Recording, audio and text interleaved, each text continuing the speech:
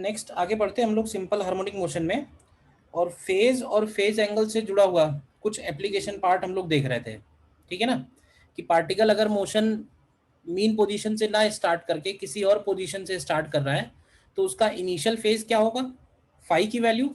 और दूसरी चीज जो हम लोगों ने कैलकुलेट की लास्ट में, जो प्रॉब्लम दिख रहा है कि कोई भी दो पॉइंट्स के बीच में पार्टिकल को टाइम कितना लगेगा। ठीक है ना, जीरो से ए में कितना टाइम लगेगा, जीरो से a/2 जाने में कितना टाइम लगेगा। तो अगर हम ये सारी चीजें सर्कुलर मोशन के हिसाब से कैलकुलेट करें तो ये कैलकुलेशन बहुत इजी हो जाएगा, और ऑलमोस्ट ऑलमोस्ट ओरली हो जाएगा ये सारा कैलकुलेशन। ठीक है ना। और थर्ड पॉइंट में आते हैं फिर। Third point is phase difference, phase difference between two SHMs, phase difference between two SHMs। ठीक है, तो मान लेते हैं कि फेज डिफरेंस निकालने के लिए पहला वाला केस हम लोग लेके चलते हैं। ओमेगा का वैल्यू अगर सेम है, समझना ध्यान से, तो हमें सिचुएशन कुछ इस तरह से दी हुई है कि मान लेते हैं कि दो पार्टिकल हैं और ये SHM परफॉर्म कर रहे हैं अबाउट अ मीन पोजीशन। देखना ध्यान से, ये दो पार्टिकल हैं, दोनों किसी पर्टिकुलर मीन पोजीशन के अबाउट SHM परफॉर्म कर रहे हैं। ठीक है, ओमेगा उनका सेम दिया हुआ है। किसी टाइम पे एक पार्टिकल मीन पोजीशन से दूर जा रहा है और इसका डिस्टेंस यहां से दिया है, मान लेते हैं a/√2। और ठीक उसी वक्त दूसरा पार्टिकल जो है वो एक्सट्रीम पोजीशन पे है। तो अगर एक्सट्रीम पोजीशन पे होगा तो रेस्ट पे होगा। थोड़ा ध्यान से समझना, फेज डिफरेंस का क्या मतलब हुआ। जैसे दो पार्टिकल SHM कर रहे हैं, समझना दो पार्टिकल हैं, अगर दोनों पार्टिकल का ओमेगा सेम है और दोनों के बीच में फेज डिफरेंस 0 है, तो दोनों एक साथ पॉजिटिव एक्सट्रीम होंगे, एक साथ नेगेटिव एक्सट्रीम होंगे, एक साथ मीन होंगे, मतलब इस तरह का मोशन होगा। तो इसको हम बोलते हैं कि they are in same phase. Same phase का मतलब यही है कि दोनों एक साथ पॉजिटिव एक्सट्रीम पे, दोनों एक साथ नेगेटिव एक्सट्रीम पे, दोनों एक साथ मीन पोजीशन पे, इस तरह से बनेगा। लेकिन अगर मान लो कि दोनों के बीच में कुछ फेज डिफरेंस हुआ तो क्या होगा कि ये इधर उधर नजर आएंगे, कभी कोई कहीं होगा, कभी कोई कहीं होगा, लेकिन मोशन अभी भी इनका सिंपल हार्मोनिक है और ओमेगा सेम है। तो ऐसी सिचुएशन में हम लोग बोलते हैं कि दोनों SHMs के बीच में कुछ फेज डिफरेंस है। फेज डिफरेंस को हम लोग एंगल के टर्म्स में मेजर करते हैं। अब मान लो कि जो सिचुएशन है वो हमें ये जो सामने लिखी हुई है वो वाली सिचुएशन है, तो इनके बीच में हमें फेज डिफरेंस निकालना है। तो फेज डिफरेंस निकालने के लिए क्या करना है, दोनों पार्टिकल्स को हमें उस सर्कल पे रिप्रेजेंट कर देना है। दोनों पार्टिकल्स को हमें उस सर्कल पे रिप्रेजेंट कर देना है। देखो, ठीक है, बताओ कि कहाँ कहाँ होंगे कौन कौन से पार्टिकल। पार्टिकल ए कहाँ होगा, तो पार्टिकल ए तुम ध्यान से देखो, तो पार्टिकल ए जो है ये मीन पोजीशन से दूर जा रहा है और इसका डिस्टेंस दिया हुआ है a/√2। तो ध्यान से देखो, जो ए का जोड़ीदार A' होगा वो कहाँ होगा, क्या वो यहाँ पे होगा, बताते जाओ। और इसका एंगल यहाँ से कितना आएगा, तो इसका एंगल यहाँ से π/4 आएगा। किधर जा रहा है ये, तो ये आगे की तरफ बढ़ रहा है, तो इसका ओमेगा हम ऐसे दिखा सकते हैं। देखो, पार्टिकल बी कहाँ है, तो पार्टिकल बी इस वक्त नेगेटिव एक्सट्रीम पे है, तो पार्टिकल बी भी नेगेटिव एक्सट्रीम पे होगा, बी का B' भी नेगेटिव एक्सट्रीम पे ही होगा। तो इसका रेफरेंस लाइन से पीछे है, कितने एंगल पे पीछे है ये, π/2 में। और ये कहाँ जा रहा है, तो ये भी ओमेगा से ही घूम रहा है। अब तुम ध्यान से देखो कि ये पार्टिकल भी ओमेगा से घूम रहा है, ये पार्टिकल भी ओमेगा से घूम रहा है। तो इन दोनों लाइंस के बीच के एंगल के बारे में क्या कहोगे, क्या ये एंगल टाइम के साथ कांस्टेंट होगा या टाइम के साथ बढ़ेगा, घटेगा, बढ़ेगा, कांस्टेंट होगा। कांस्टेंट होगा सर। कांस्टेंट रहेगा। तो हम लोग बोलते हैं कि जब पार्टिकल्स का ओमेगा सेम होता है, समझना, ये दोनों पार्टिकल का क्योंकि ओमेगा सेम है तो इनके बीच का जो फेज डिफरेंस है वो टाइम के साथ चेंज नहीं होगा, कांस्टेंट होगा। ठीक है। और फेज डिफरेंस का मतलब यही है कि दोनों के बीच में एंगल का क्या डिफरेंस है। तो दोनों के बीच में एंगुलर डिफरेंस सीधे सीधे लिख सकते हैं, कितना होगा, π/2 प्लस π/4, इसको लिखेंगे 3π/4। और इसको हम ऐसे बोलते हैं कि A is ahead in phase by 3π/4 from B. इस लाइन का मतलब भी क्लियर है, बताओ। ए जो है बी से फेज में आगे है, कितना आगे है फेज में बी से, तो 3π/4 आगे है, देखो।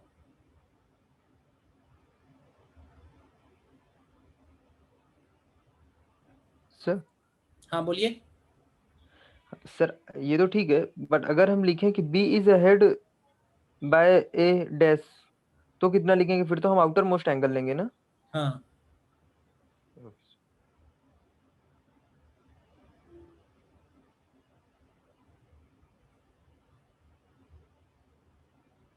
क्लियर है, बोलिए। Yes sir. तो पहला काम तो ये हो गया, पहला एप्लीकेशन, मतलब दूसरा तीसरा एप्लीकेशन इनफैक्ट चल रहा है, phase difference between two SHM. तो दोनों एसएचएम के बीच में फेज डिफरेंस निकालने का क्या तरीका है? तरीका ये है कि हम दोनों को उस सर्कल पे दिखाएंगे, और सर्कल पे दिखाने के बाद दोनों के एंगल में डिफरेंस देख लेंगे कितना है ये वाला एंगल। बताओ, बात समझ में आई?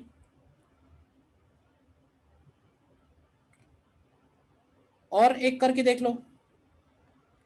फॉर एग्जाम्पल,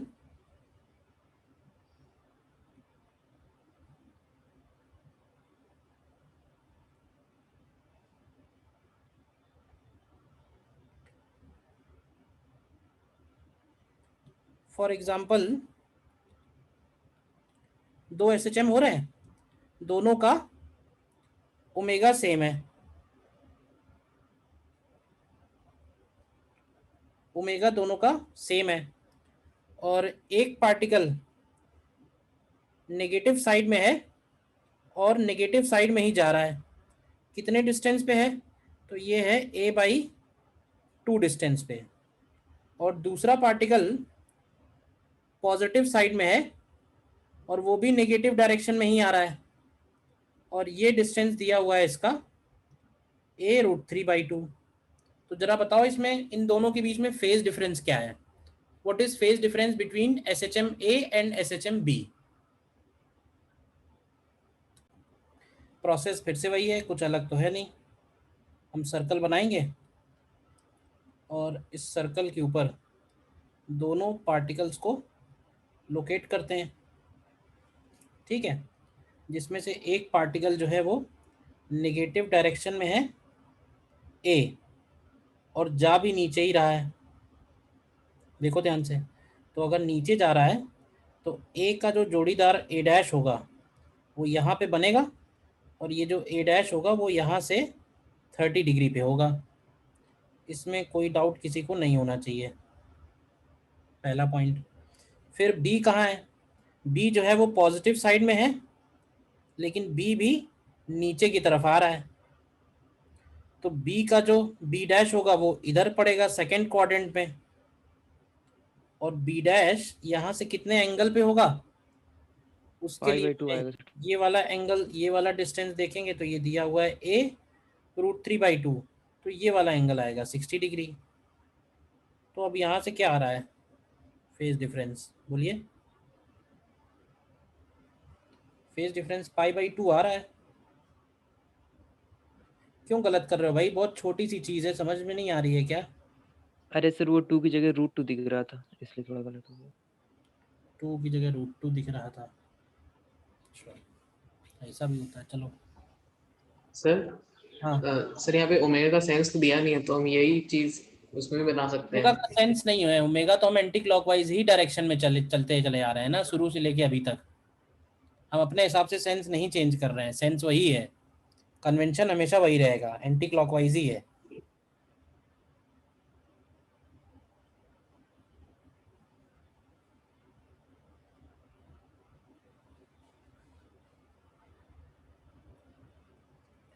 नेक्स्ट देखो,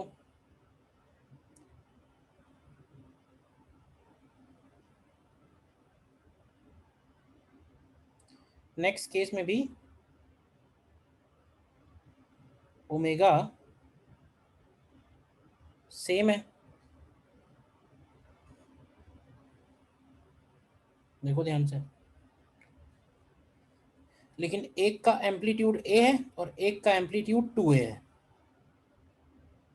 और दोनों पार्टिकल्स जो हैं वो सेम पॉइंट पे दिए हुए हैं। पार्टिकल ए इधर जा रहा है, पार्टिकल बी इधर जा रहा है, और दोनों पार्टिकल्स अपने अपने मीन पोजीशन से a/2 के सेपरेशन पे हैं। देखो ध्यान से, तो इन दोनों के बीच में फेज डिफरेंस निकालना है, क्या होगा। ओमेगा दोनों का सेम है लेकिन एम्पलीट्यूड अलग अलग है। एक का एम्पलीट्यूड ए है और एक का एम्पलीट्यूड 2a है, और दोनों मीन पोजीशन से a/2 डिस्टेंस पे हैं, अवे जा रहे हैं। तो दोनों एसएचएम्स के बीच में फेज डिफरेंस क्या है। देखो इस केस में एक का एम्पलीट्यूड ए है और एक का एम्पलीट्यूड 2a है, जिसकी वजह से हमें यहाँ पे दो कॉन्सेंट्रिक सर्कल बनाने पड़ेंगे। इतनी बात तो समझ में आ गई होगी सबको, दो कॉन्सेंट्रिक सर्कल बनाने पड़ेंगे यहाँ पे। अब इसमें क्या है, एक सर्कल का रेडियस a है और एक सर्कल का रेडियस 2a है, लेकिन दोनों पार्टिकल्स की लोकेशन सेम है। तो इसका मतलब है कि जो a और b है, a पड़ेगा इस छोटे वाले सर्कल पे और b पड़ेगा इस बड़े वाले सर्कल पे। देखो ध्यान से ये बात, ठीक है। जिसकी वजह से पार्टिकल a को अगर सेंटर से ज्वाइन करेंगे तो ये वाला डिस्टेंस हमको दिया हुआ है, दिस डिस्टेंस इज a/2। तो एक एंगल, ये वाला पूरा एंगल 30 डिग्री आएगा, ध्यान से देखो। और अगर हम बी को ज्वाइन करते हैं इससे, तो ये वाला एंगल कितना आएगा निकल के, ये एंगल आएगा साइन इनवर्स ऑफ a/2/2a आएगा। तो ये आएगा साइन इनवर्स ऑफ 1/4। ध्यान से देखो, तो इन दोनों के बीच में, क्योंकि ये इधर ओमेगा से जा रहा है, ये इधर ओमेगा से जा रहा है, तो इन दोनों के बीच में जो फेज डिफरेंस है वो हो जाएगा π/6 माइनस साइन इनवर्स 1/4। ये आंसर किसी का नहीं आ रहा था, बोलिए। अरे सर, a/2 की जगह हमने a ले लिया था, देखा ही नहीं।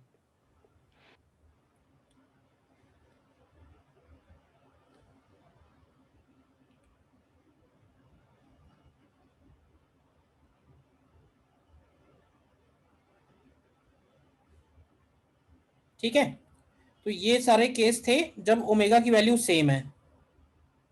सेकेंड पॉइंट में अगर ओमेगा डिफरेंट है तो क्या कहोगे।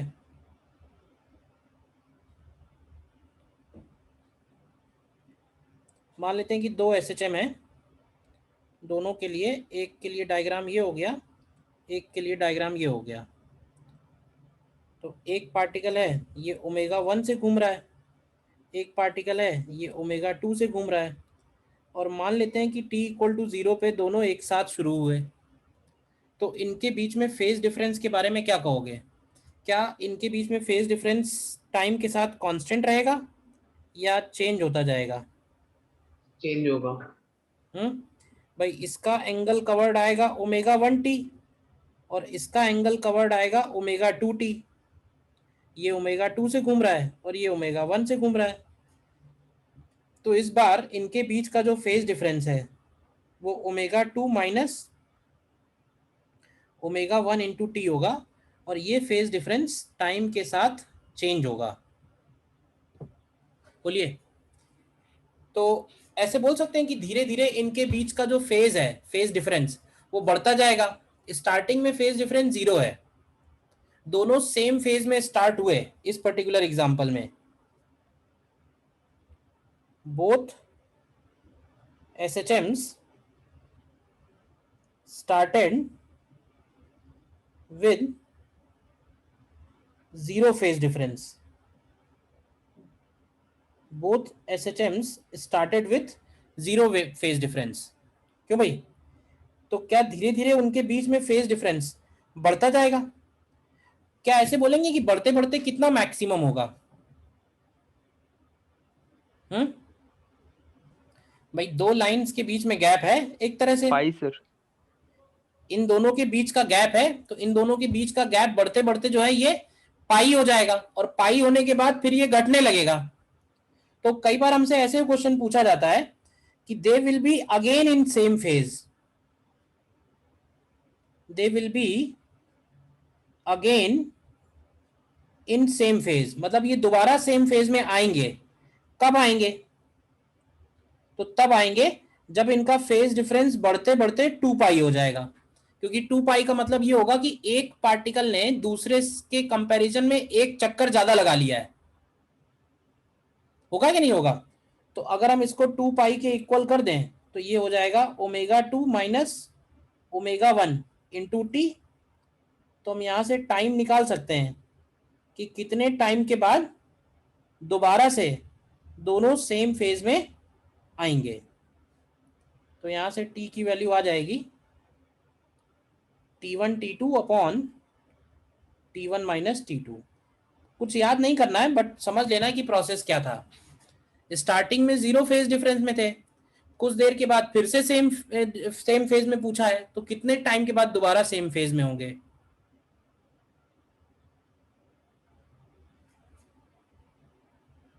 ठीक है, बोलिए। Yes sir, clear.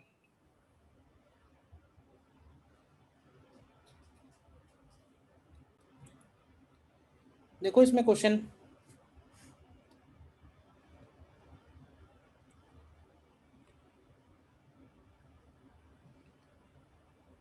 To simple pendulums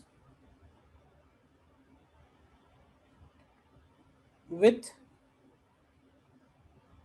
periods 5 seconds and 6 seconds starts oscillating together in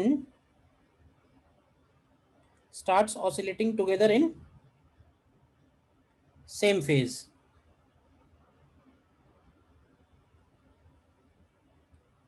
Find after how many oscillations of a smaller pendulum they will be in opposite phase. They will be in opposite phase.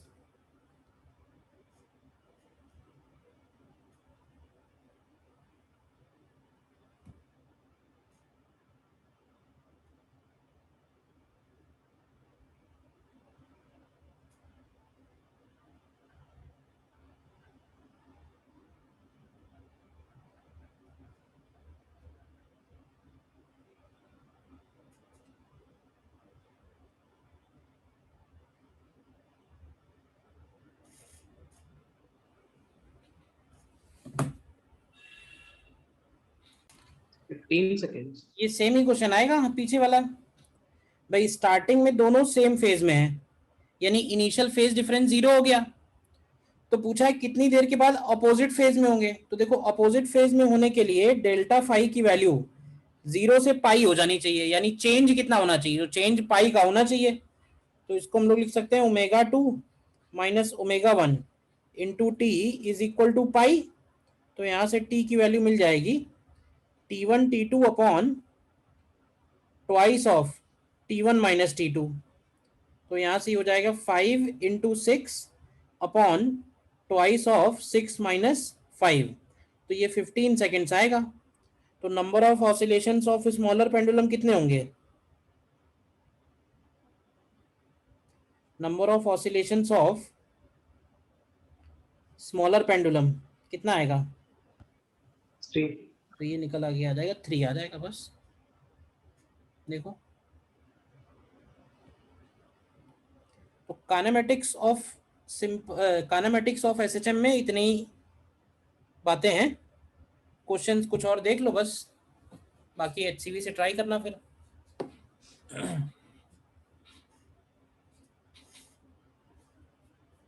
Sir यही आ रहा। ठीक है, कर लिया होगा, simple question है। और देखो Vmax +-5 नहीं आएगा?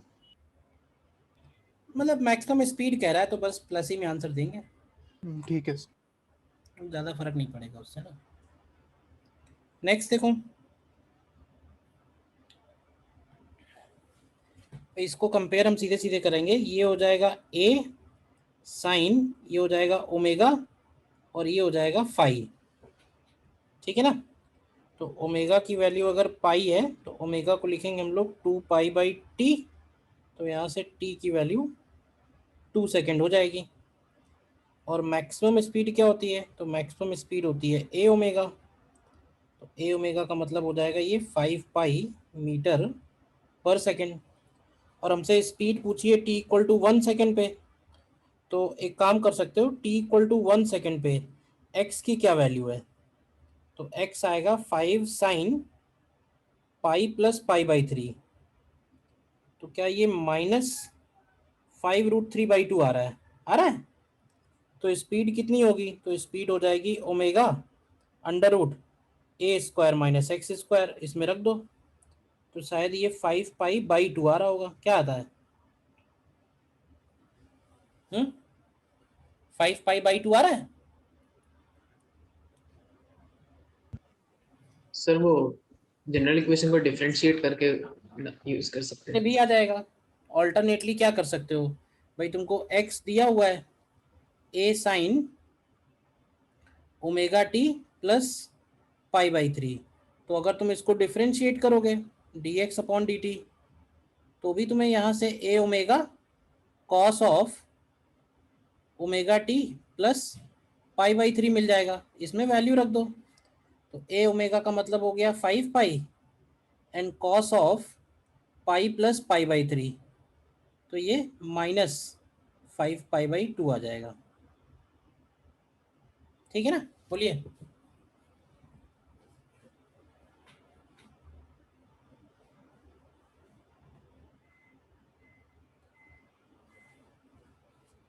देखो नेक्स्ट क्वेश्चन। इसमें particle is executing SHM angular frequency. ये ओमेगा दिया हुआ है, ये एम्पलीट्यूड दिया हुआ है। तो ओमेगा हो गया 6.28 रेडियन/सेकेंड, और एम्पलीट्यूड दिया हुआ है 10 सेंटीमीटर। देखो कर लिया है तो एक और है क्वेश्चन, वो कर लो। ये क्वेश्चन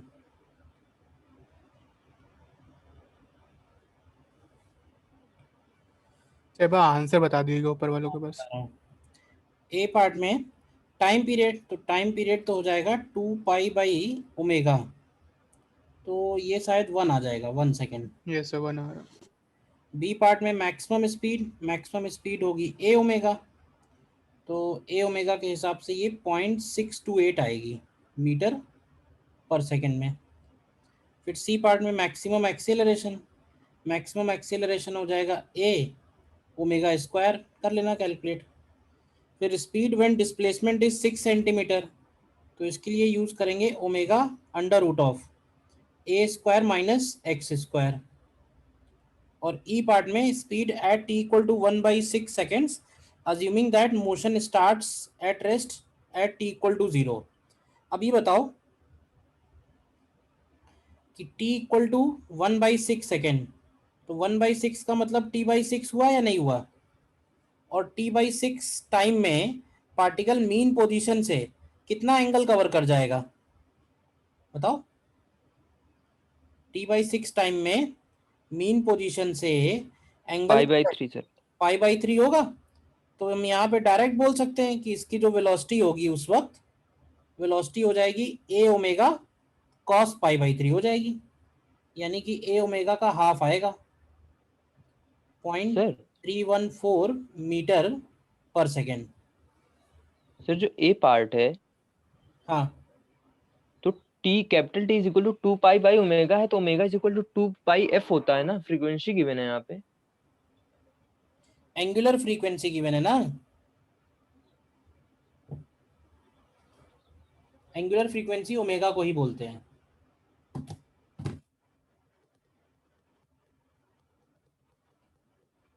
ठीक है, हालांकि उसका Yes, sir. की गड़बड़ी तो ये है ही कि उसको यहाँ रेडियन पर सेकंड लिखना चाहिए, बट ठीक है, वो बाय डिफॉल्ट मतलब वही है उसका।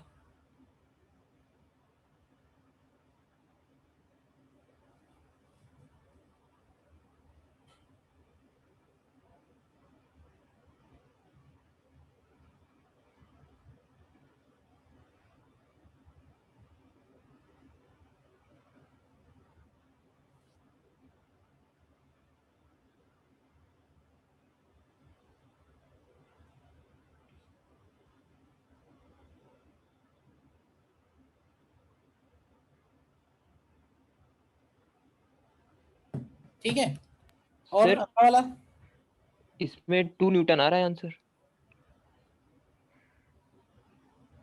आंसर इसमें